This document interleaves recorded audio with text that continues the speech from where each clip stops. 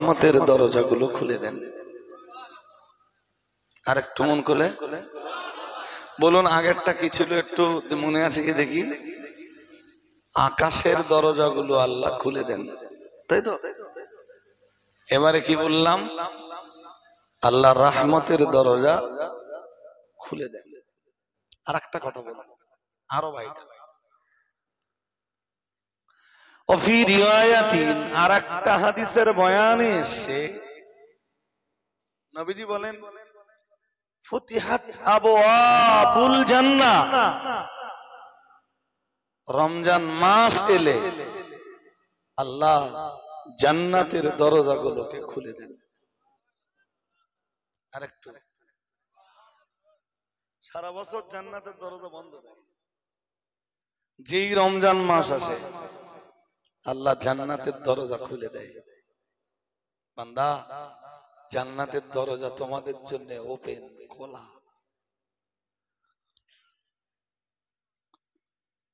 হাদিস শরীফ বিবরণ দিয়েছে, অগুল্লিকাত আবওয়াবুন নিরান।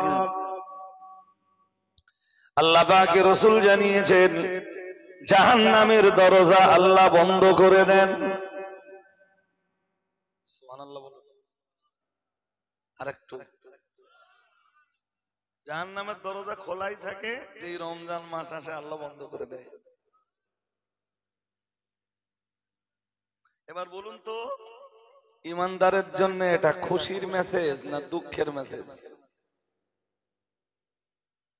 শুধু খুশি না, জান্নাত কামী ইমানদার যারা, এটা তাদের জন্য হেভি খুশির মেসেজ, খুব খুব অতি খুশির মেসেজ, যে আর মাত্র 2টা দিন আর একটা রাত পার হলেই জান্নাতের দরজা খোলা, জাহান্নামের দরজা বন্ধ। আর একটু মন খুলে বলেন না। আর একটা কথা আছে হাদিসে, নবীজি বলেন, একদম বলেছি না ভেজাল মুক্ত কিছু কথা আপনাদের বলবো এই শেষ বেলায়, এবং সময় মোটে লস করব না। নবীজি আবার বলেন, অসুফিদাতিশ শায়াতিনুল লিআন ওফি রিওয়ায়াতিন ওসুলসিলাতিশ শায়াতিনুল লিআন আও কামা ক্বালা আলাইহিস সালাম। প্রিয় নবী মুহাম্মদুর রাসূলুল্লাহ সাল্লাল্লাহু আলাইহি ওয়াসাল্লাম নবী আমার জানিয়ে দিয়েছেন, আর অভিশপ্ত শয়তানগুলিকে বেঁধে ফেলা হয়। অন্য বর্ণনায় এসেছে, অভিশপ্ত শয়তানগুলিকে বেঁধে ফেলা হয়। সুলসিলাতিশ শায়াতিনুল লিআন, আল্লাহ পাকের রাসূল জানিয়েছেন, অভিশপ্ত শয়তানগুলিকে শিকল দিয়ে বেঁধে ফেলা হয়। আরেকটু মন খুলে বলেন, শয়তান ভয় পাচ্ছে। মাঝখানে দিন কয়টা আছে আর রাত কয়টা আছে? এই জন্য শয়তান বিশাল আতঙ্কে আছে, 2 দিন পরেই আমারে বাঁধবে। আর ইমানদার আনন্দ পাচ্ছে এই জন্য, 2 দিন পর শয়তান বাধা। সুবহানাল্লাহ। আর একটু মন খুলে বলেন। এই কারণে আমার আপনাদের কাছে আবেদন, একদম মাহে রমজানের জন্য মানসিকভাবে তৈরি হয়ে যায়।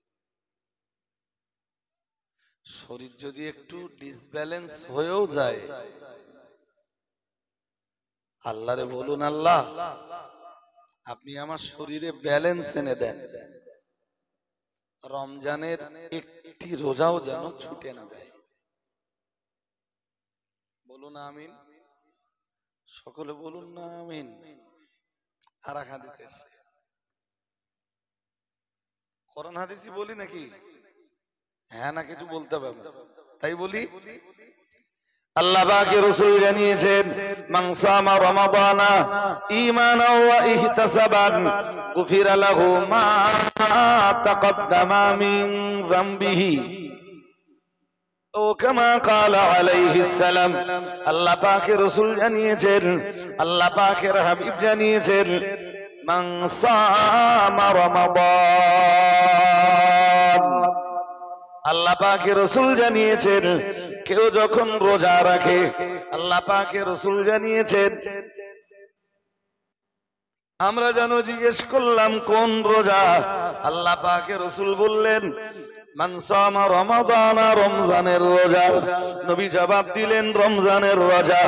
কেউ যখন রমজানের রোজা রাখে, মুহাম্মাদুর রাসূলুল্লাহ সাল্লাল্লাহু আলাইহি ওয়াসাল্লাম জানিয়েছেন, ঈমানাও ওয়া ইহতিসাবান, ঈমান অবস্থায় কেউ যখন রোজা রাখে এবং সওয়াব পাওয়ার আশায়, নেকি পাওয়ার আশায় যখন কেউ রোজা রাখে, আল্লাহ পাকের রাসূল জানিয়েছেন, গুফিরা লাহু মা তাকদ্দামা মিন যামবিহি, ও কামা ক্বালা আলাইহিস সালাম, আল্লাহ পাকের রাসূল জানিয়েছেন, আল্লাহ তাআলা তার পিছনের জীবনের গুনাহগুলোকে maaf করে দেয়।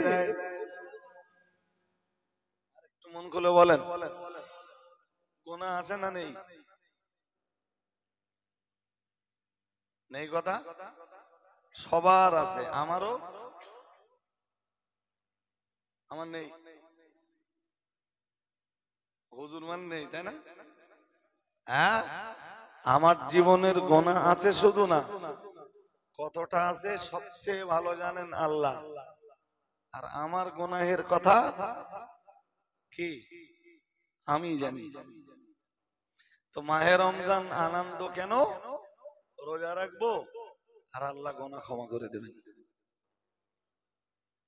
আর একটু আওয়াজ তুলে বলবেন না, এ তো আপনারা খুশি না? রোজা রাখতে হবে ঈমান অবস্থায়। কি অবস্থায়? সবাই বলুন। সারা বছরে কোনো সময় ঈমান চলে যায়নি তো? তা ভালোই বলতেছেন তো, যে বলা যায় না। তা তার প্রোটেকশন কি নিয়েছেন?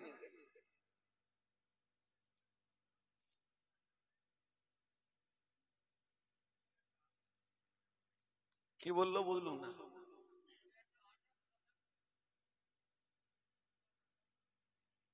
না না, ঈমান চলে গেলে রোজার বিনিময়ে ঈমান ফিরে পাওয়া যায় না।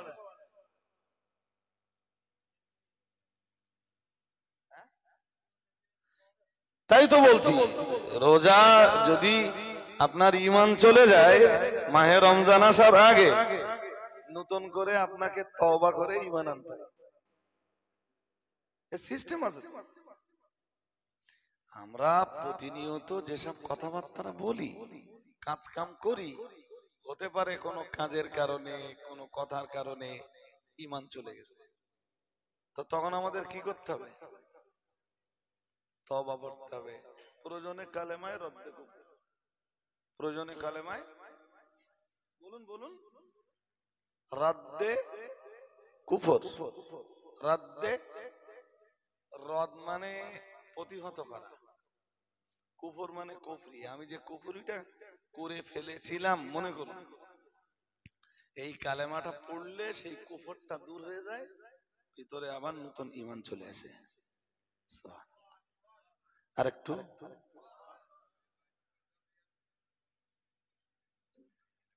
বুঝিনি ভাই সাহেব কি?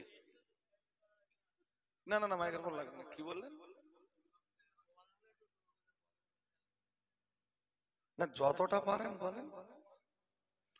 দেখেন একটা কথা বলি, একটা কথা বলেন, এই আস্তে বললেও যিনি শোনেন, জোরে বললেও আমাদের মনের খবরও তিনি নেন। আপনারা যদি একদম মুখ না খোলেন, আস্তে আস্তে বলেন, তাও শুনবেন কে? আল্লাহ শুনতে পাবেন। কিন্তু আপনাদের জোরে বলাটা হলো, এই মজলিস গুলো এমন একটা জায়গা না যেখানে বক্তাদের, এখানে কুস্তি করতেছেন, চল যা, কুস্তি করার জায়গা পাচ্ছ না। উঠতি প্রজন্মের একটা কচি কাঁচা এখন আর মজলিসে নেই। ওদের দ্বীন, ঈমান, ইসলাম, কোরআন, হাদিস ওদের কিচ্ছু লাগে না। এগুলো কি? এগুলো পুরোপুরি পারিবারিক শিক্ষার অভাব।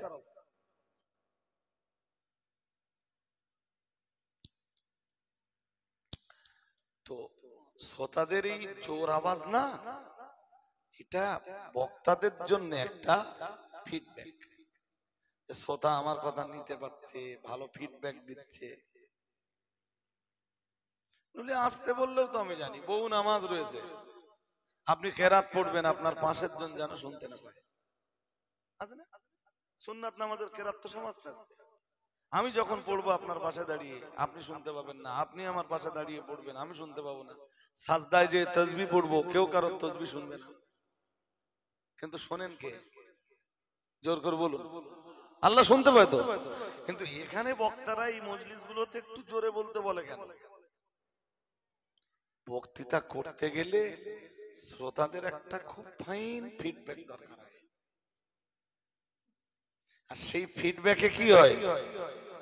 বক্তাদের বক্তৃতার একটা হাদিস পড়েছি আর একটা বলি না, এবং খুব সুন্দর করে বলবো যাতে শ্রোতাদের বুঝতে কোনো অসুবিধা না।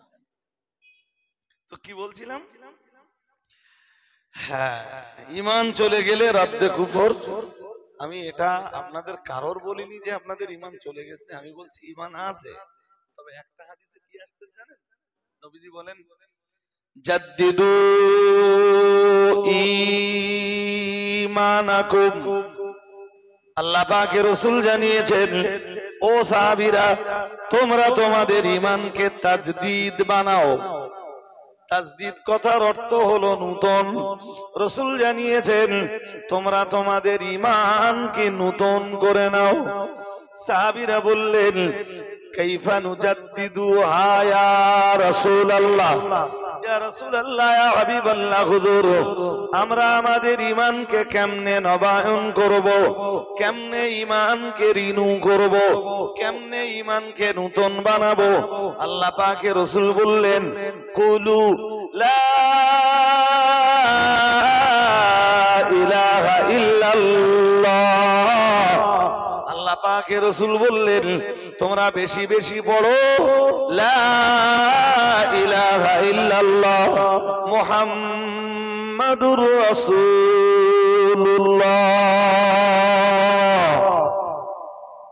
একটু মন খুলে বলেন, সবাই একটু পড়ে নেন, কলেমাটা খুব ফাইন করে পড়বেন।